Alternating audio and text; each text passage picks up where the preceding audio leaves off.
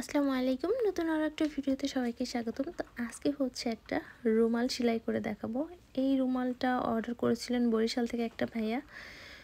তো হচ্ছে সে মনে হয় তার প্রিয়জনের জন্যই অর্ডার করেছেন এবং সে হচ্ছেন স্যার এবং তার ছাত্রীকে গিফট করবেন। তো আমাকে যেভাবে বলেছিল, যেই লেখাটা দিয়েছিল আমি সেইভাবেই করেছি। আমি চেষ্টা করেছি আমার সাধ্য মতো করে সুন্দর করে দেওয়ার জন্য। জানি না কতটা সুন্দর হয়েছে, তবে আমার কাছে কিন্তু অনেক বেশি ভালো লেগেছে।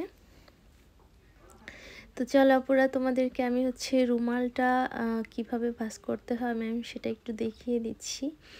এর পরবর্তীতে হচ্ছে আমি রুমালটা সেলাই করা দেখাবো।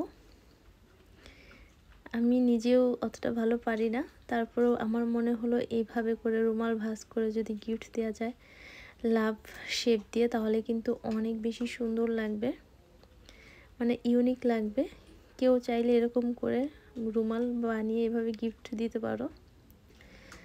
তো আমি এখন হচ্ছে একটু সেলাই করে দেখাবো। আমি এখানে দিয়েছি হচ্ছে ভরাট সেলাই।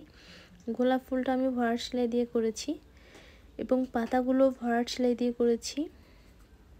তো আর এখানে ব্যবহার করেছি আমি ডাল সেলাই এবং ডাবল চেন সেলাই। টোটাল এই 3টা সেলাই দিয়ে আমি পুরো কাজটা করেছি। আর রুমালের 4 সাইডে যে সেলাইটা দিয়েছি সেটা হচ্ছে বোতাম স্টিচ সেলাই। তো আপনারা হচ্ছে একটু করে হচ্ছে দেখতে থাকুন।